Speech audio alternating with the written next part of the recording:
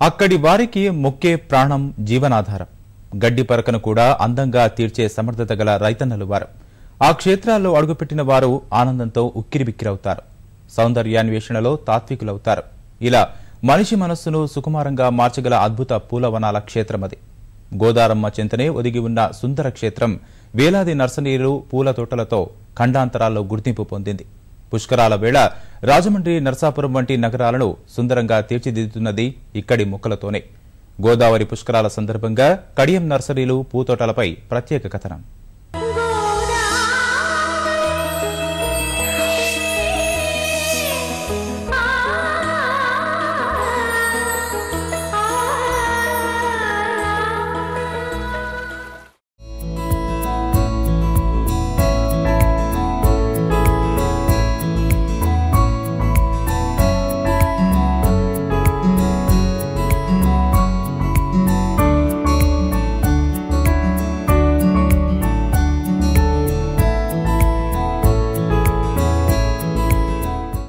గోదావరి జిల్లాలోని కడియం నర్సరీలకు 100 ఏళ్ల చరిత్ర ఉంది. అప్పట్లో ఈ ప్రాంతంలో కరవు కాటకాలు రాజ్యమేలేవి. పంటలు అంతంత మాత్రంగానే పండేవి. ఆ ఆకలిలోంచి పుట్టిందే ఈ పూల మొక్కల వ్యాపారం. ఇక్కడ మొదట రావు చిన్నారావు అనే రైతు ఓ నర్సరీ ప్రారంభించాడు. అలా మొదలైందే రాయల్ నర్సరీ. ఆయన అడుగుజాడల్లోనే ఆకుల సుబ్బారావు, మరికొందరు రైతులు నడిచారు. సవాళ్లు, సమస్యలు ఎదుర్కొన్నారు. ఆ తరువాత తరంలో పుల్లా వెంకట్రావు, పల్ల వెంకన్న, గంగుమళ్ల వెంకట్రావు మొక్కల తయారీలో కొత్త పద్ధతుల్ని, విధానాల్ని జోడించి మరింత పురోగతి సాధించారు. ప్రత్యేకించి వికలాంగుడైన పల్ల వెంకన్న విజయగాథ మరికొందరు రైతుల్ని ఈ నర్సరీల సాగువైపు అడుగులు వేయించింది.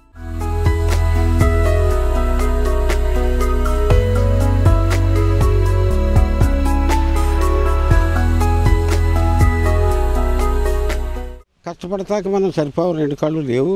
దాని మీద కూకుని బెత్తాయించుకుని చేసుకుంటా బాగుంటుందని మా నాన్నగారు ఇచ్చిన పొలంతో నేను అంట్లు కట్టుకుంటా, పూలతో అంట్లు దొక్కుంటా ఒంట్లోకి కొన్నాళ్ళకి రాను బాగా డెవలప్ చేసుకున్నాను. కొత్త రకాలు కావాలంటే పల్లంకం దగ్గరే దొరుకుతాయి, పల్లంకం దగ్గర ఉంటాయి అని పేరు సంపాదించుకున్నాను. కడియం నర్సరీ రైతుల విజయగాథలో 2వ తరం వారిది కీలక పాత్రే. ఎప్పటికప్పుడు కొత్త రకాలు సృష్టించడం, ఏ కాలంలో ఏ మొక్క అడిగినా లేదనకుండా ఇవ్వడం ద్వారా వారు కొనుగోలుదారుల విశ్వాసం చూరగొన్నారు. అలా కడియం నర్సరీలు సుమారు 6000 ఎకరాలకు విస్తరించాయి. 2500 ఎకరాల్లో నర్సరీలు, మరో 3500 ఎకరాల్లో మొక్కల సాగు జరుగుతోంది.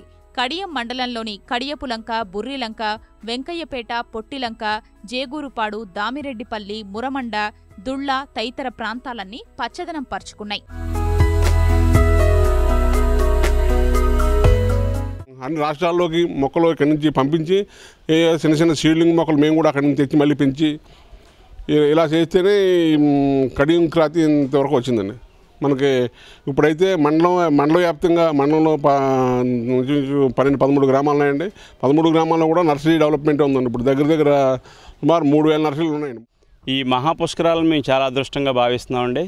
వచ్చిన యాత్రికులందరినీ కూడా వాళ్ళు చూసి వెళ్ళవలసిందిగా కోరుతూ ఈ రాజమండ్రి నగర ప్రాంతంలో రోడ్లన్నీ కూడా గ్రీనరీ చేసి మరింత హరితవనం కింద తీర్చిదిద్దామండి. కడియం నర్సరీల్లో నిత్యం హరిత యజ్ఞం సాగుతూనే ఉంటుంది. దాదాపు 30,000 మందికి పైగా ప్రత్యక్షంగా, పరోక్షంగా వీటి వల్ల ఉపాధి పొందుతున్నారు. వివిధ రకాల మొక్కల్ని ఇక్కడే అంటుకడతారు. కొన్ని రకాల మొక్కల్ని వివిధ రాష్ట్రాలు, దేశాల నుంచి దిగుమతి చేసుకుంటారు. వాటిని కంటికి రెప్పలా మన వాతావరణానికి అలవాటు పడేలా తీర్చిదిద్దుతారు. సాగులో అన్ని పరిశోధనలు, సలహాలు, సూచనలు అన్నీ రైతులు, పర్యవేక్షకులు, కూలీలే చూసుకుంటారు. మేము ఇందులోకి వచ్చిన కానీ పిల్లలు చదివించుకోవడం, మళ్ళీ పిల్లలు పెళ్ళిళ్ళు కల్లా చేసుకున్నామండి. ఒక్కళ్ళమైనా సరే కష్టపడి సాయంత్రం అయ్యాక మాకు ఎప్పుడు డబ్బులు అప్పుడు ఇచ్చేస్తూ ఉంటారండి. ఇందులో చాలామంది ఒక 600 మంది వరకు పనిచేస్తూ ఉంటామండి. ఆడవాళ్ళు మేము ఉంటామండి 300 మంది వరకు. మేము సాయంత్రం వరకు పనిచేస్తున్నా మాకు ఎటువంటి ఇబ్బందులు ఉండవండి. ఇందులోనూ చాలా హ్యాపీగా ఉంటుందండి మా లైఫ్.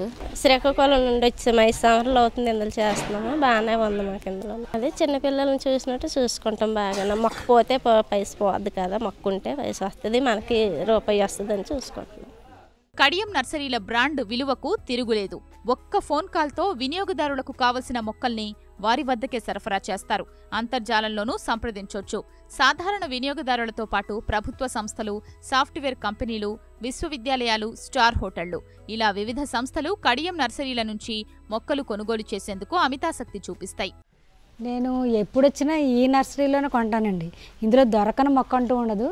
Very reasonable. కానీ చాలా కష్టపడి పెంచుతున్నారు. ఇలా మొక్కను పెంచడం అంటే చంటి పిల్లల్ని పెంచడం కంటే కూడా చాలా కష్టం. కానీ చాలా అందంగా ఉంటాయి ఇక్కడ మొక్కలు. డెఫినెట్గా బతుకుతుంది. వాళ్ళు మరి ఆ సీడ్లో ఉందో, వాళ్ళు వేసే మట్టిలో ఉందో, మెన్యూర్లో ఉందో, వాళ్ళ చేతిలో ఉందో, మొత్తం అన్నింటిలోనూ ఉంది. కంపల్సరీ ఒక విజిటింగ్ ప్లేస్ రేపు రాబోయే పుష్కరాల్లో కూడా అనేది తప్పకుండా ప్రతి ఒక్కళ్ళు చూడాలి. చూసి ఈ ప్రకృతి ఆనందాన్ని ప్రతి వాళ్ళు పంచుకోవాలి. మనం ఇక్కడ చూసిన తర్వాత మనకి బాగా ఇన్స్పిరేషన్ వస్తుంది. మనకు కూడా ఏంటంటే ఇండియాలోనే కడియంకు మంచి పేరు ఉంది. మనం కూడా వీళ్ళు మారే కొంచెం ఎగ్జాంపుల్ సెట్ చేయాలని మనకు ఒక లోపల ఒక ఆశ అన్నమాట. పుష్కరాలు ఎందుకంటే దేశం మూల నుంచి వస్తారు పుష్కరాలకి.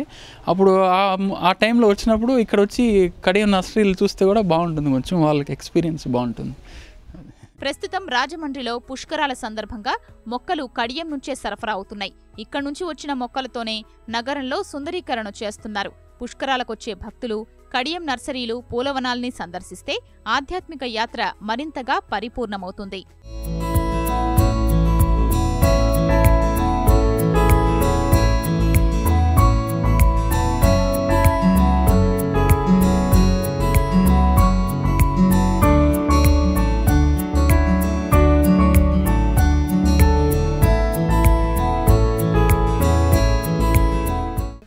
కృషి పట్టుదలే పెట్టుబడిగా పర్యావరణానికి, పచ్చదనానికి పర్యాయపదంగా నిలిచింది కడియం. గోదారమ్మ చలవతో నేడు అంతర్జాతీయ ఖ్యాతినార్జించింది. పుష్కరవేళ పచ్చటి తోరణాలతో స్వాగతం పలుకుతోంది. యాత్రికులకు కనువిందు చేసేందుకు ముస్తాబైంది. కెమెరామెన్ రమేష్తో సాయి, ఈటీవీ న్యూస్, కడియం.